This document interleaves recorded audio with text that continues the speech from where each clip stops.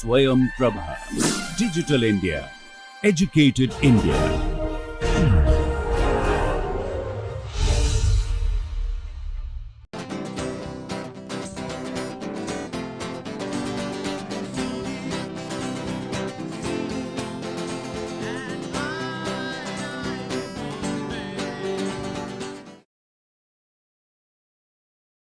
Welcome you all to the next class on Inorganic Chemistry of Life, Principles and Perspectives. In the last couple of classes, we have been looking at various questions in the form of tutorials, and let us continue for this, maybe one more class also based on this particular thing. Okay, towards the end in the previous class, we were looking at some examples. Let's say look at this particular question. In a metalloprotein, you were told that the metal ion is bound to histidine 51 and glutamic 55, but you are asked to prove this. Okay, you are given a wet biochemical, biological, microbiological based labs. What is your strategy and how will you prove this? Yeah, so the fact that is given the position, so that means you need to sort of take this position into a different kind of amino acid. So how do you change one amino acid by other?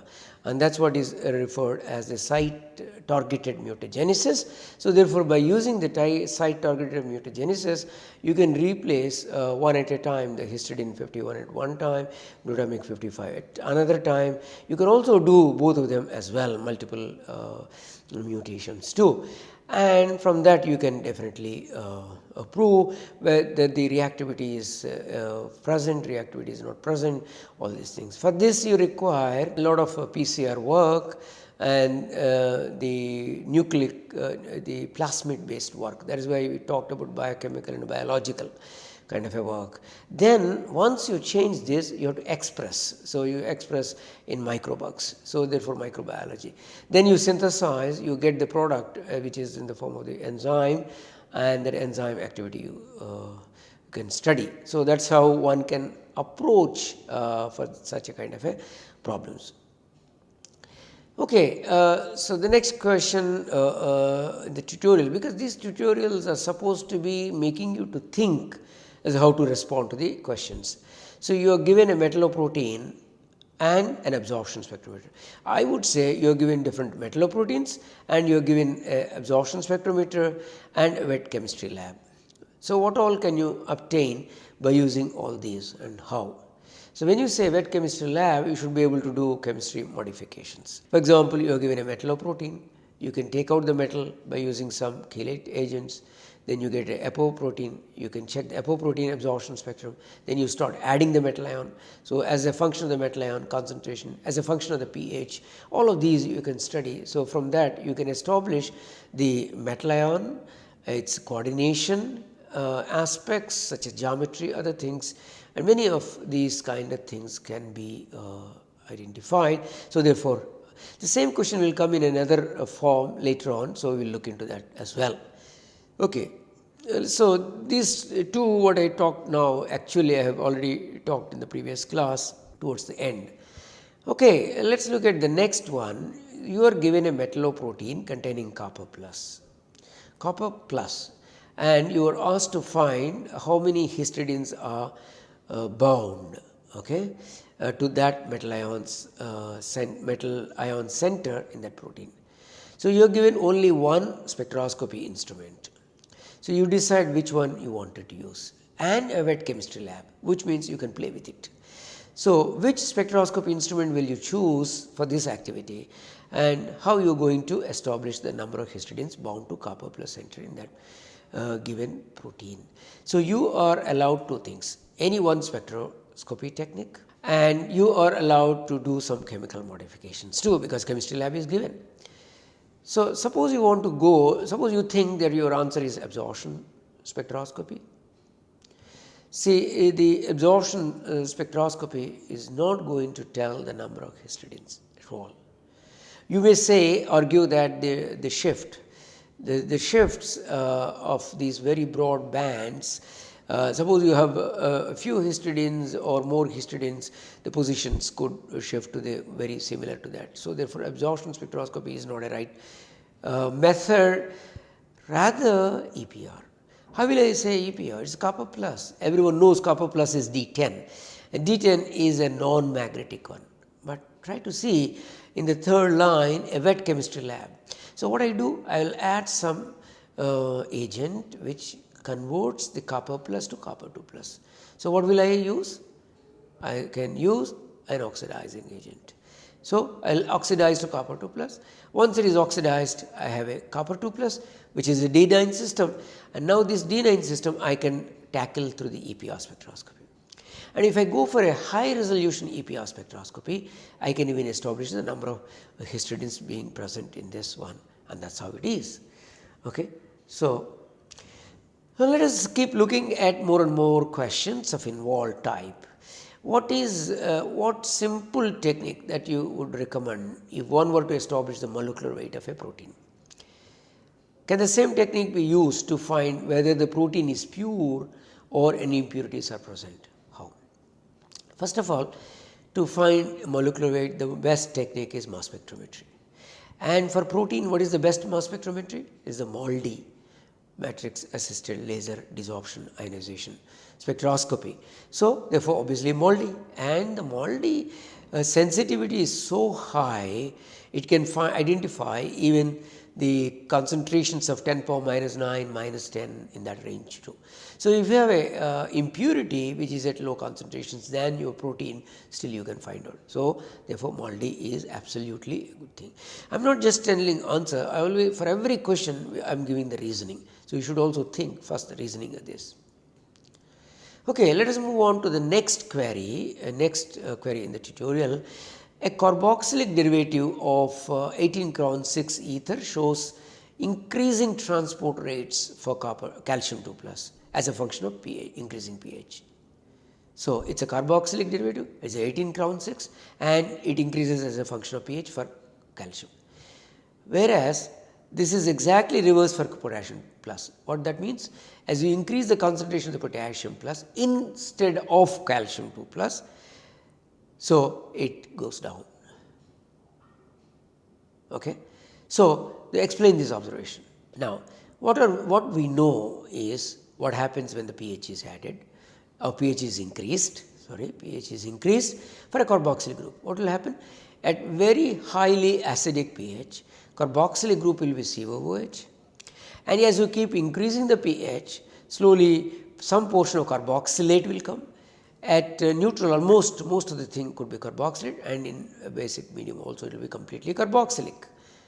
So that self is a half of the answer, or in other words main clue has come. So that means the calcium is binding very well when you increase the pH. When you increase the pH, you have more and more of carboxylate. And we have studied in the chapter that carboxylic groups have a very specific affinity towards calcium, and in fact nature has modified even glutamic acid to one additional carboxylic group being present. The same thing at low pH, the potassium plus will have a better transport, because at low pH it is completely COOH, and COOH is neutral, and that binds better to potassium plus, and that is the reason absolutely. So always try to analyze the question and try to understand what we know first, then what we wanted to discuss and debate. Let us take the next question. So assume that a metal can either occupy a tetrahedral or occupy a octahedral site with similar ligating groups in a metalloprotein. Let us assume that. Suggest a simple spectral method that could differentiate these two possibilities and explain as how it would differentiate between these two geometries. I have already explained to you absorption spectroscopy, where tetrahedral versus octahedral. Tetrahedral versus octahedral. Tetrahedral gives a completely allowed transitions, therefore you have a very high absorption coefficient, whereas octahedral it's both spin as well as Laporte forbidden, therefore you will have a very little absorptivity.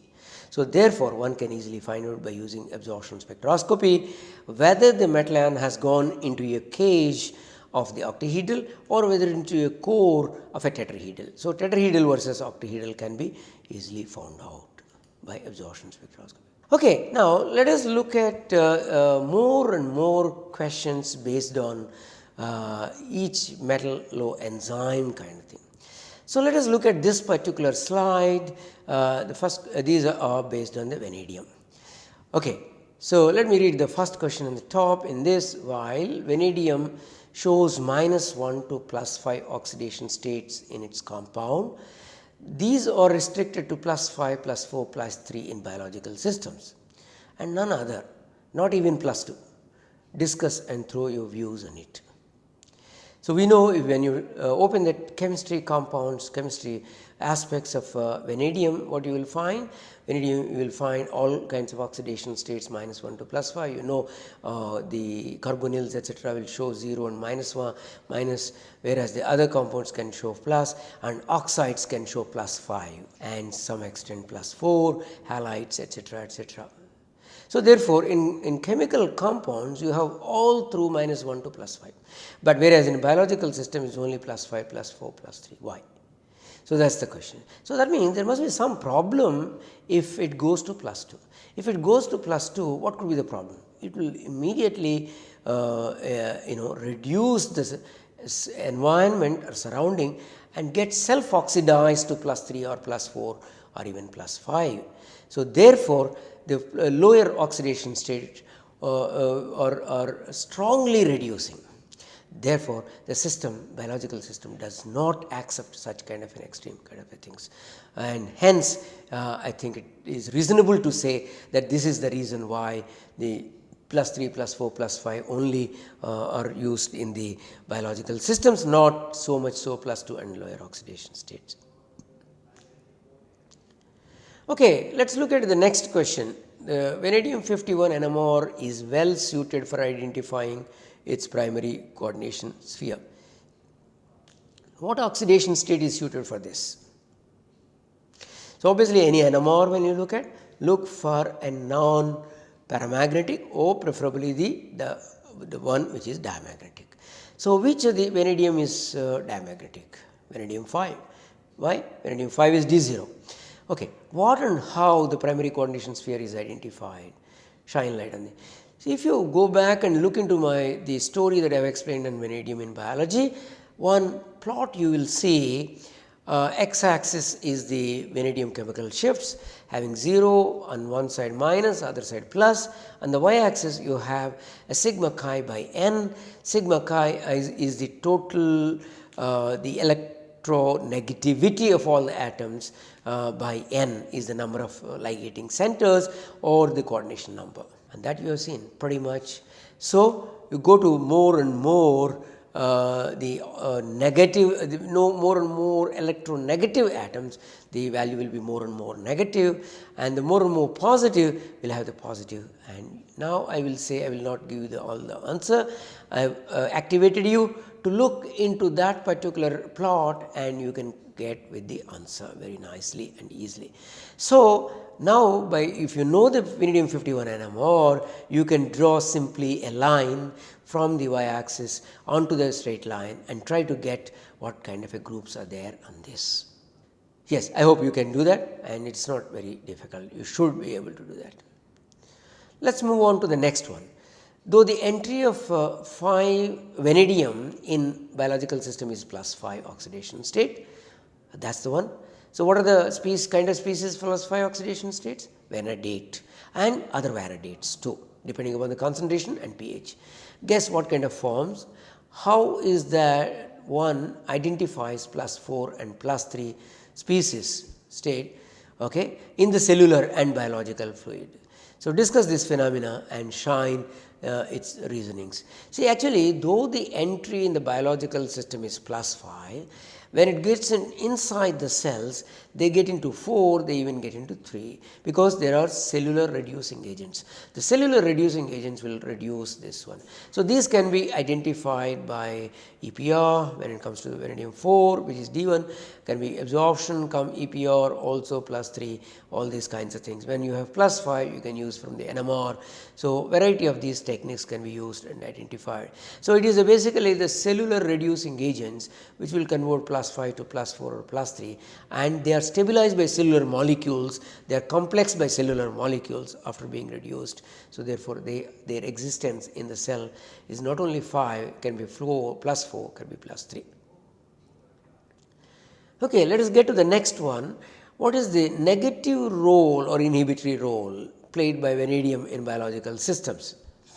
Does this in terms of discuss this in terms of the what, how and why.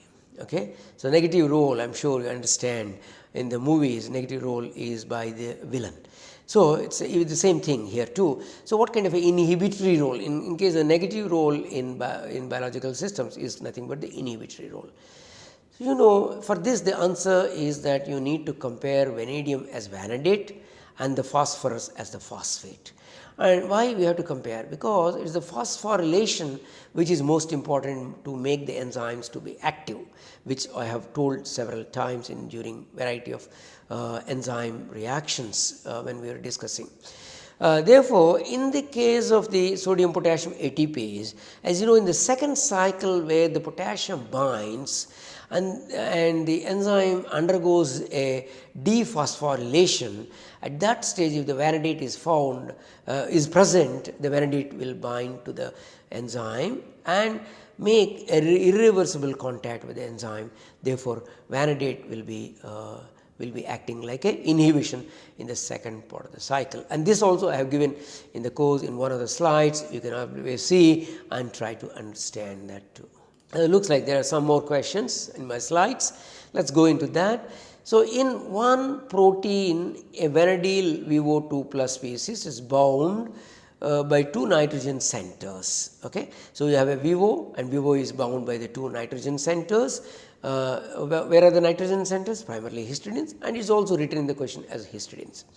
What spectral technique would you use to confirm that the vanadyl center is in this case is bound by 2 histidines? No, absolutely. So, VO2 plus, what is the oxidation state of vanadium? It is 4 plus. What is the d electron system? D1. So, D1 is the best system for EPR and no other complication.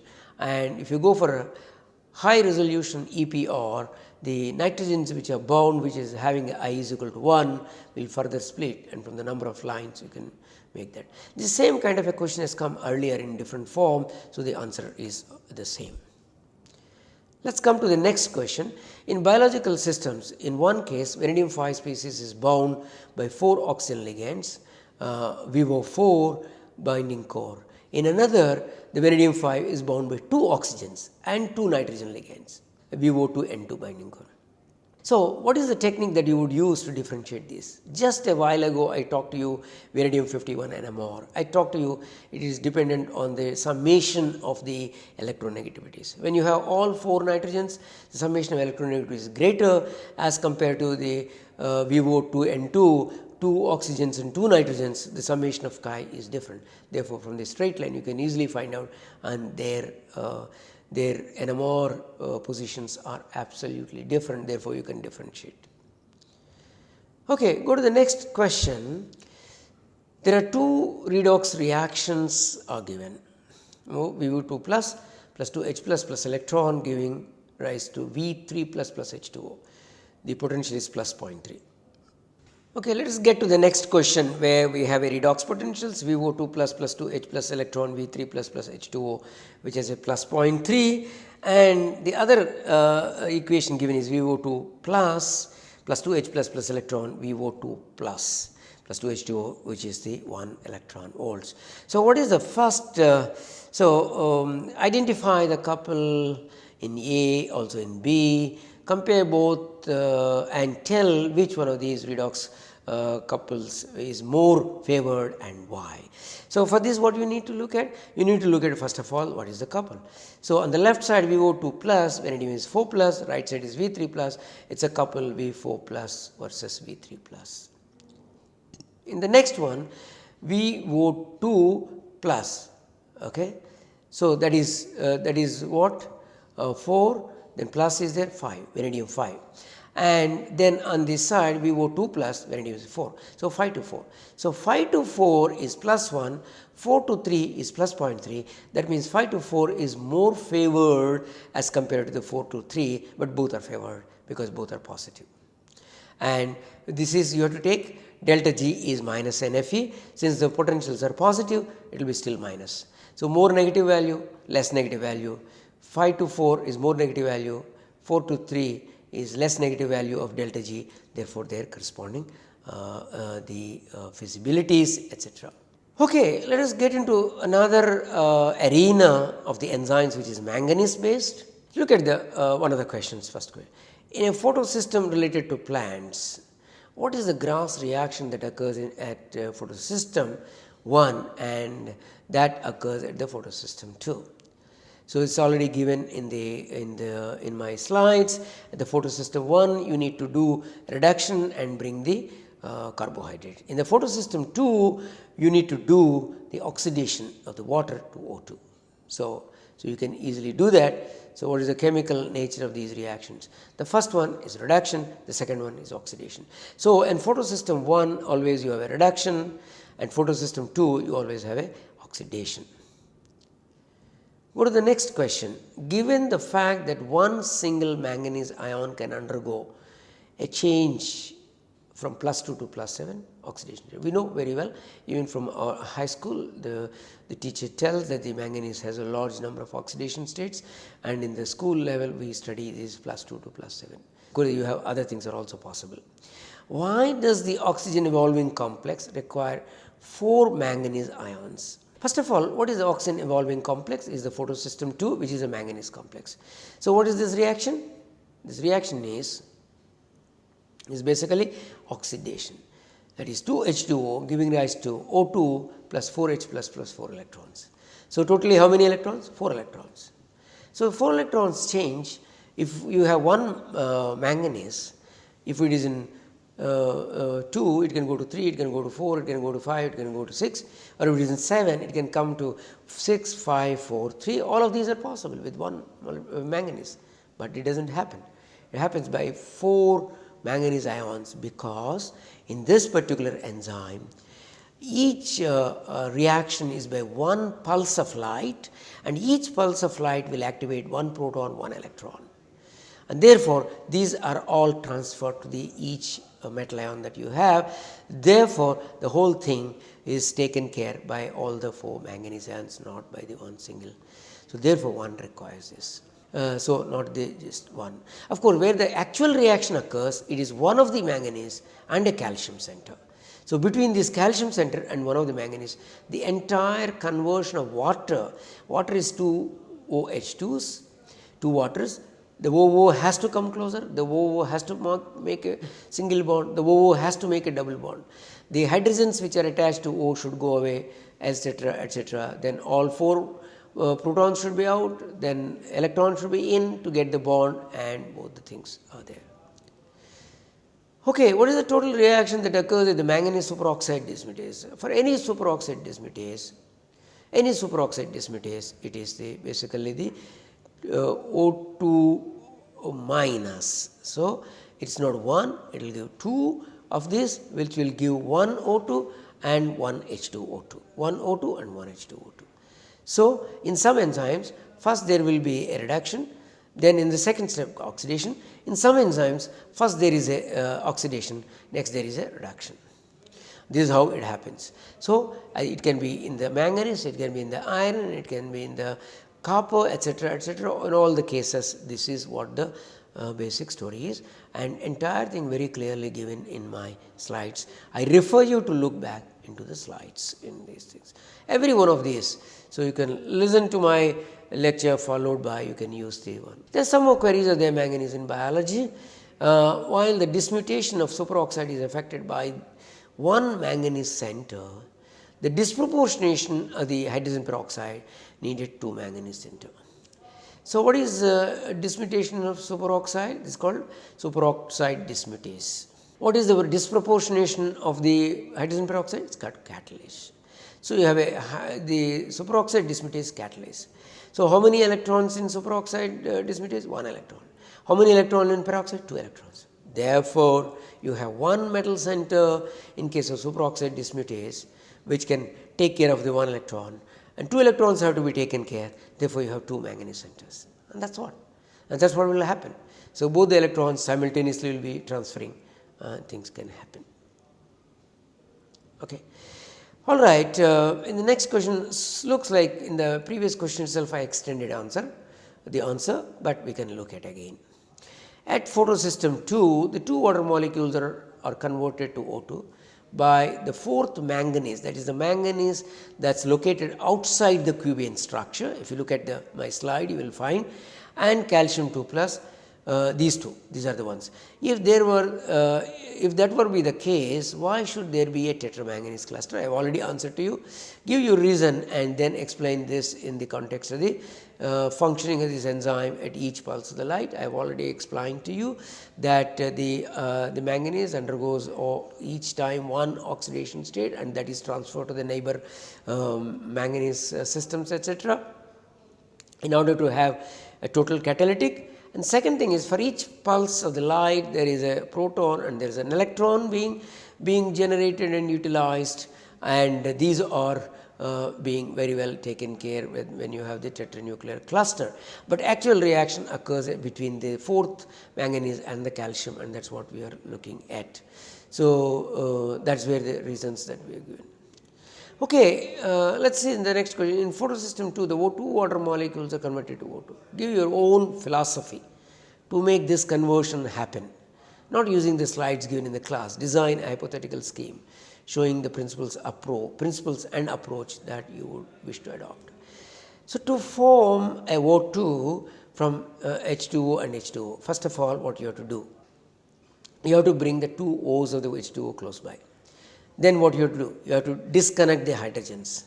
When you disconnect one hydrogen from this, one hydrogen from the other water, then you can get the one bond. Okay? So, one proton out, one electron, one proton out, one electron, the two electrons is one bond. In the next stage, one more hydrogen is removed as a proton, and for other water also it is removed, therefore one more bond, second bond. So, therefore, you will make two bonds. So, this means I need to make an enzyme system or enzymatic model system where the two metal ions are holding two oxygen waters and they are in close proximity. And if I can put some kind of a conformational change to this, of course, I am almost mimicking the enzyme, and that is how it is. Okay? So, I hope you understand in that. Okay, let us start with some more tutorial problems. Let us move into other enzymes too. So, the next one is iron in biology. Iron case, huge amount of iron story I have already talked to you. Let us start looking at this. Though there is about 1% of CO present in cells, the hemoglobin and myoglobin bind selectively to O2 and not to CO. How and why? Let us first look at that part of it. 1% of CO always is present in our cells because the dead cells are decomposed, and that is where the reason where you get 1% of CO.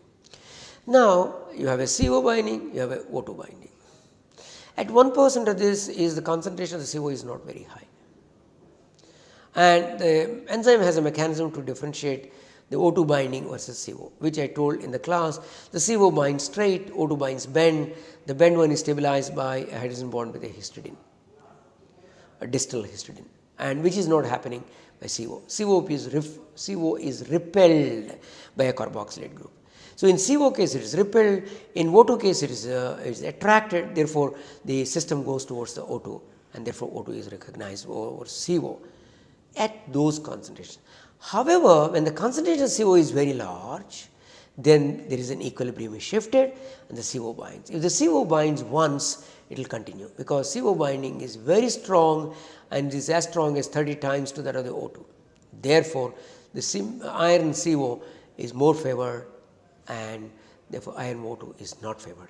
This is what exactly happens when I talked about this story. I also mentioned, must have given the story, that in most of the fire accidents, the death is not because of the fire burning, skin burnings or body burning, rather than it is because of the choking by the CO, because there is a lot of smoke, because you have a smoke which is overtakes this. Okay, so let us look at the next question. You have learned that the globin protein, hemoglobin, myoglobin, prevents the formation of mu-oxodimer. What is this mu-oxodimer? How is it formed? How does the globin protein prevents its formation, and what should be the end result if not prevented?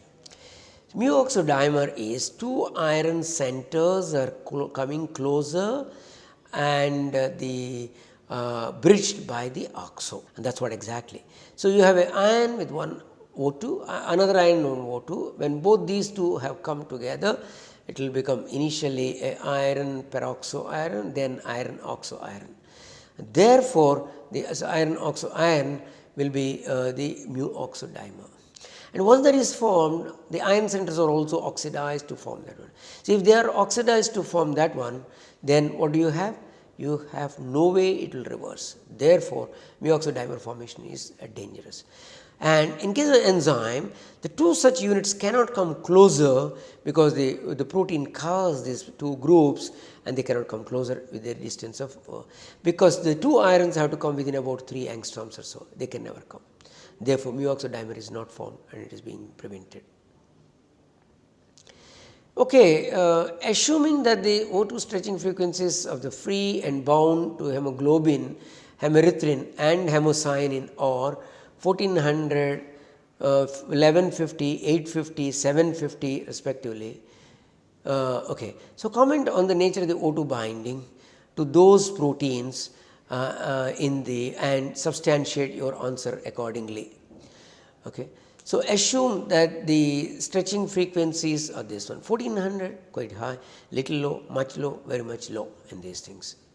Okay. So, when your O2 is absolutely intact, you will get 1400. When some little disturbance or perturbance is there, it will become 1150.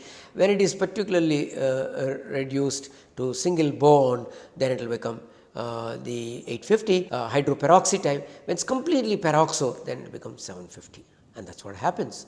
So, in the hemoglobin, very little perturbation, and the hemerythrin hydroperoxy kind of species, and in hemocyanin peroxy species, which is bridge between the two copper centers. The iron present in the N-terminal and C-terminal lobes of transferrin has difference in their binding strengths. Explain how would you identify the experimentally such as stage. Yes, if you go for release of these N-terminal as well as the C-terminal, you would be able to release one of them at a little higher pH, the other one at a little lower pH. The one which is at lower pH is more stronger, that is happens at the C-terminal. The higher pH will happen at the N-terminal, which is somewhat weaker. And this can be done by electrophoresis, many kind of thing, many methods. This is possible to do all this. Okay, so we have many more questions, and then I will continue as we keep moving on across in the next class or so. Thank you very much.